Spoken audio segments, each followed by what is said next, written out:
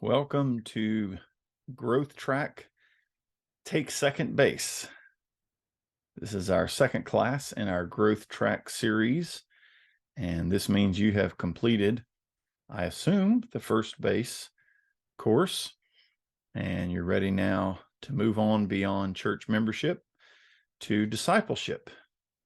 And the first class, we basically talked about how you have been gathered by the Holy Spirit through the work of the church and through the power of the gospel into the family of God.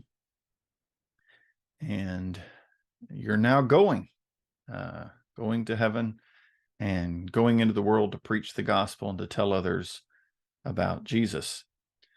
So in this class, Take Second Base, which is about discipleship, hopefully we can answer the question, not just are you going up, that was first base, but are you growing up?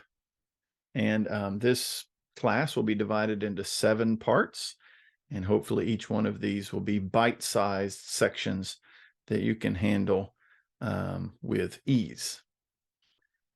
So first of all, let's begin with the question, what is discipleship? You probably, as you look at the word discipleship, can see the word discipline in there. A disciple is someone who is a follower. And in this case, we're talking about Jesus's disciples. So those of us who are saved are supposed to be disciples of Christ or followers of Christ. And if we are followers of Christ, then our life is being disciplined. And that's not just a negative word. It doesn't just mean you're in trouble and you're getting a spanking. It means you're following the rule, you're following the standard, you're following the leadership, you're following the example that's being set by the leader. And of course, our head is Christ. So in the area of discipleship, obviously, when you get saved, you didn't become perfect. So we're talking about sanctification. We're talking about spiritual growth. And we grow in grace and we become more and more like Jesus Christ through the process of the sanctification of our spirit, the renewing of our mind, as Paul called it. And there are lots of ways that we can describe growth spiritually. Certainly, you can grow in grace and learn to appreciate and trust and depend on God's grace and to understand God's grace more thoroughly.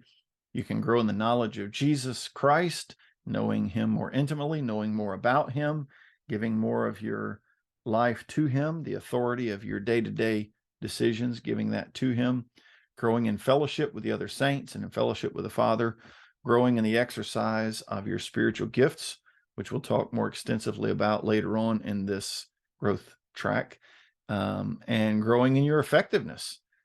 So there are lots of ways that we can grow as Christians, and hopefully we'll be able to cover some of the most significant ones in these 7 lessons.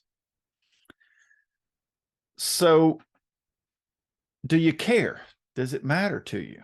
Are you interested in growing as a Christian? The truth is, there are lots of people who, once they get saved, they're excited for a little bit, and then along the way, they get distracted. Or they just kind of cool off, and they're no longer as excited as they once were. And somewhere along the way, they look around at other believers and they say, well, these people don't seem to be that intense. These people don't seem to be so committed to, any kind of spectacular life change or anything of that nature. These people seem to be happy with just not going to hell. And so, yeah, that's good enough for me too. And I hope that you will never accept that attitude or that destructive spirit. As children of God, we should aspire to greatness.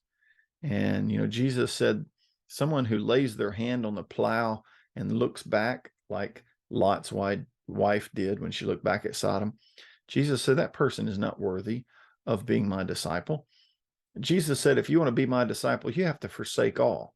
You have to love me more than you love your father, your mother, your sister, your brother, your husband, your wife, your child. You have to love me more than you love your own self. And that's a very high standard. That's a statement of intensity that, boy, makes us pause and say, man, what exactly am I getting into?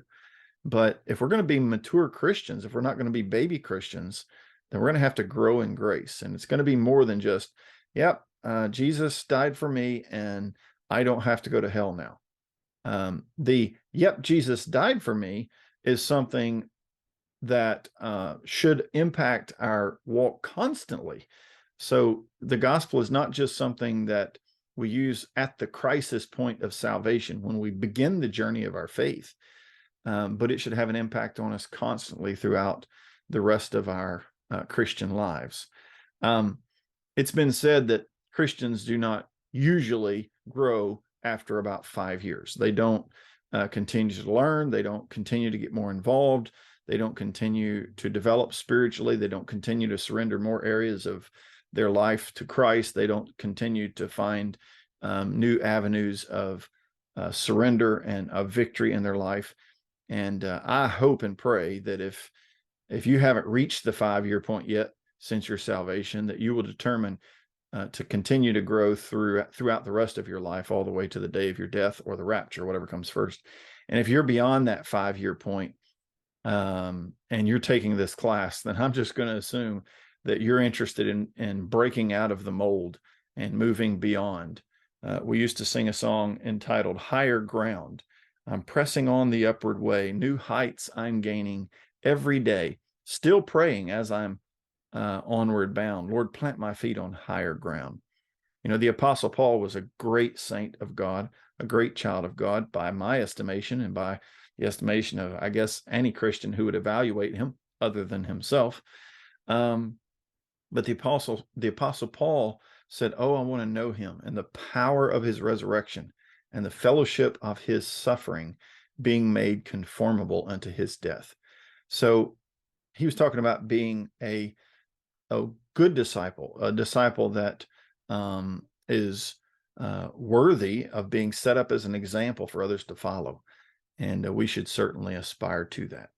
So I hope you want to be a good disciple. I hope you want to grow spiritually, and that you have not decided, I have arrived, because you never will. We have moments where we're fully sanctified, and those moments fully surrender to the Holy Spirit, but our flesh rises up again, and we realize, wow, I've got some more work that the Lord needs to do on me here. And so my soul is saved, but my body and my spirit are not yet saved. And so the body, we're going to deal with that at the resurrection. Jesus is going to raise us to life, but our spirit is a moment by moment battle. And that's what this class is about.